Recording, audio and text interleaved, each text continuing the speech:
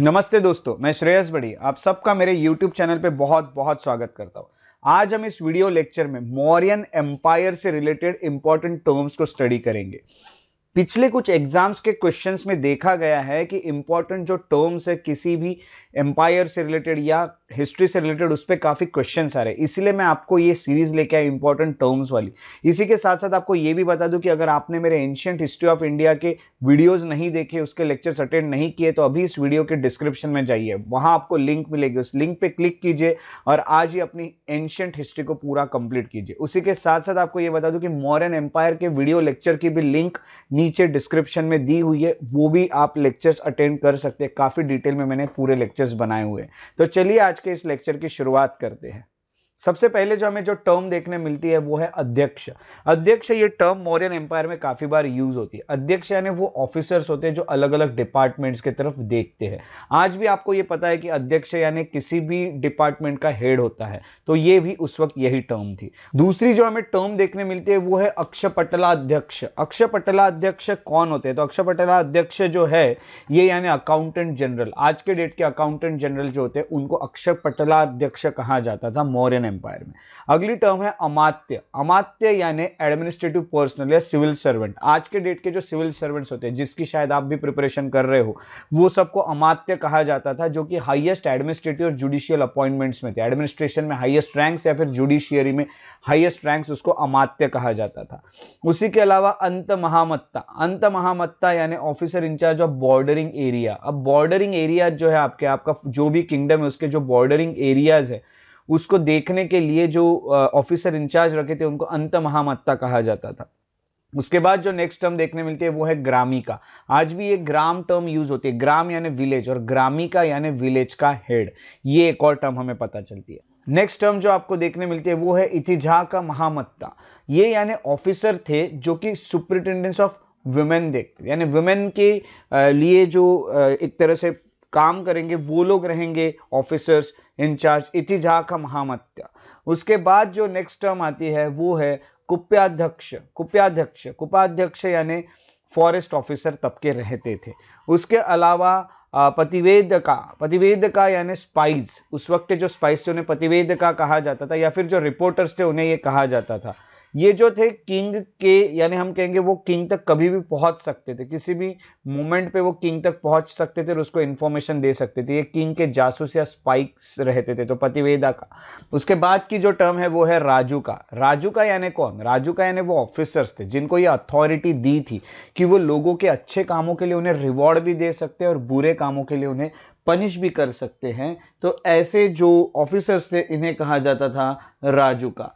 Next जो हमें term देखने मिलती है वो है सम्हारता।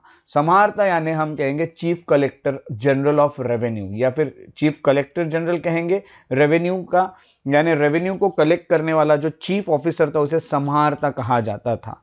नेक्स्ट जो हमें देखने मिलता है वो है सन्निधाता। सन्निधाता यानी हम कहेंगे रॉयल ट्रेजरी। जो भी राजा की ट्रेजरी रहती थी, जो भी राजा के लिए अलग से एक शेयर निकाला जाता था, जितना भी पैसा आएगा उसमें से, वो ट्रेजरी का हेड रहा करता था सन्निधाता। उसके अलावा जो नेक्स्ट टर्म देखने मिलती है वो है क्षत्रपाल सिस्टम। क्षत्रपाल सिस्टम एक ऐसा सिस्टम था गवर्नमेंट का जो कि नॉर्थ वेस्टर्न इंडिया में लगाया गया था। तो north western system of government जो था, यानी मौर्य के बाद का है वैसे देखा गया तो क्षत्रपाल सिस्टम, तो हम कहेंगे नॉर्थ वेस्टर्न इंडिया जो है, अब इंडिया का अगर हिस्सा देखें तो नॉर्थ ईस्ट में अगर देखा गया तो यहाँ से काफ़ी सारे जो यानी हम कहेंगे फॉरेन इन्वेडर्स है वो कहीं ना कहीं अटैक करते रहते थे, इसीलिए ये सिस्टम को थोड़ा सा अलग रखना पड़ता है, इसे क्षत्रपाल सिस्टम कहा जाता था। उसके अलावा नेक्स्ट टर्म देखने मिलता है स्थानिक। स्थानिक यानी हम कहेंगे रेवेन्यू ऑफिसर्स डिस्ट्रिक्ट के। एक डिस्ट्रिक्ट होगा और डिस्ट्रिक्ट के जो रेवेन्यू ऑफिसर्स होंगे उनको कहा जाता था यहाँ स्थानिक।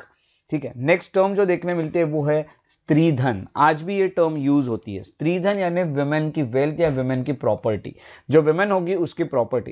इसमें वुमेन की मूवेबल प्रॉपर्टी जो होती है, जो लड़कियों को दी जाती थी अलग अलग ओकेजन पे, जैसे लड़कियों को दी जाती है उनके शादी में मूवेबल प्रॉपर्टी, यानी कौन सी प्रॉपर्टी जो यहाँ से वहाँ ले जाया जा सकती है, जैसे उनको ज्वेलरीज आप दे रहे हो या फिर उनको कोई ऐसी चीज दे रहे जो यहाँ से वहाँ वो ले जा सकती है, ये सब उनकी मूवेबल प्रॉपर्टी हो गई।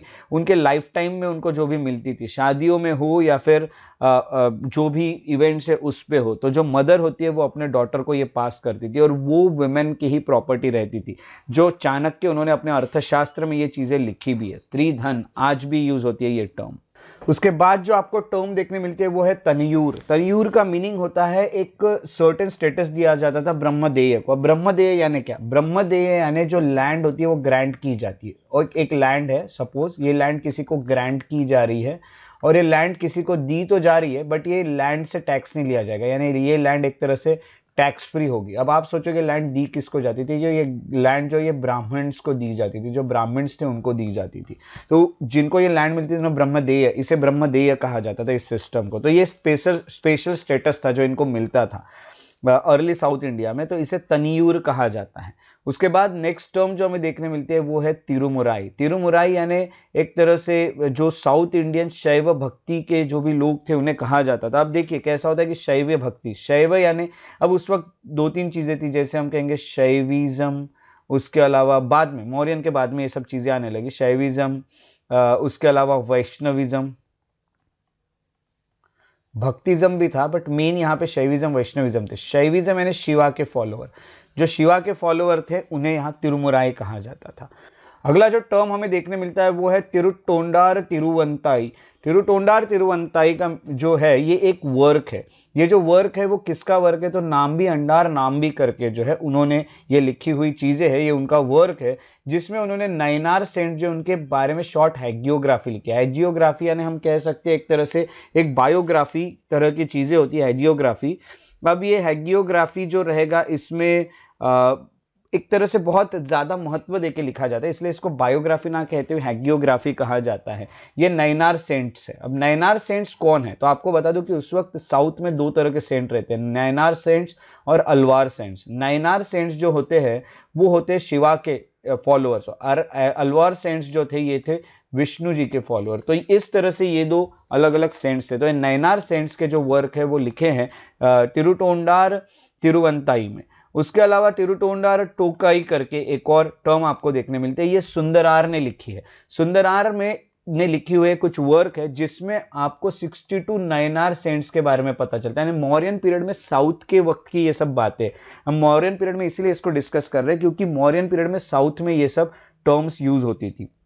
उसके अलावा यहाँ पे युक्ताज करके एक और टर्म है। युक्ता यानी सबॉर्डिनेट ऑफिसर थे जिसका काम था सेक्रेटरियल वर्क्स और अकाउंटिंग देखना। अकाउंटिंग देखते थे और सेक्रेटरियल वर्क्स देखते थे। सेक्रेटरियल वर्क्स यानी जो सेक्रेटरी करके काम करते हैं मिनिस्टर्स के या किंग के, वो लोग युक्ताज रहते थे। तो इस तरह से आपको ये कुछ टर्म्स पता चलती है जो कि मौर्यन किंगडम से रिलेटेड थी। सो एक चीज याद रखिएगा, ये टर्म्स से रिलेटेड आपको क्वेश्चंस आजकल देखने मिल रहे हैं, इसको इसलिए अच्छे से याद रखते चलिएगा, अच्छे से इसको अपने कहीं पे कॉपी में लिख के रखिएगा। अगर आपको मेरे वीडियोस पसंद आते हैं तो उन्हें लाइक जरूर करें, शेयर करें और मेरे यूट्यूब चैनल को सब्सक्राइब करके बेल आइकॉन को प्रेस करना ना भूलें। अगर आप और अपडेट्स चाहते हैं तो आप फॉलो और लाइक कर सकते हैं मेरे पेजेस को फेसबुक पे श्रेयस बड़िए इंटरप्रिटेशन को। अगर आप मुझसे कुछ क्वेश्चंस पूछना चाहते हैं, अपने डाउट्स क्लियर करना चाहते हो तो आप इंस्टाग्राम पे मुझे फॉलो कर सकते हैं, वहाँ आप मुझे क्वेश्चंस भी पूछ सकते हैं। श्रेयस बड़ी द पीस लोरी मेरा इंस्टाग्राम ID है। अगर आप मुझे मेल करना चाहते हो तो shreyasbadi@gmail.com पे आप मुझे मेल भी कर सकते हैं। और अगर आप मेरे एकेडमी के पेजेस से और भी इंफॉर्मेशन लेना चाहते हैं तो आप इसको इंस्टाग्राम पे भी फॉलो कर सकते हैं और फेसबुक पे भी फॉलो कर सकते हैं। अगर आप नोट्स चाहते हैं तो श्रेयस बड़िए करके जो मेरा टेलीग्राम पे चैनल है उसे आप सब्सक्राइब कर सकते हैं।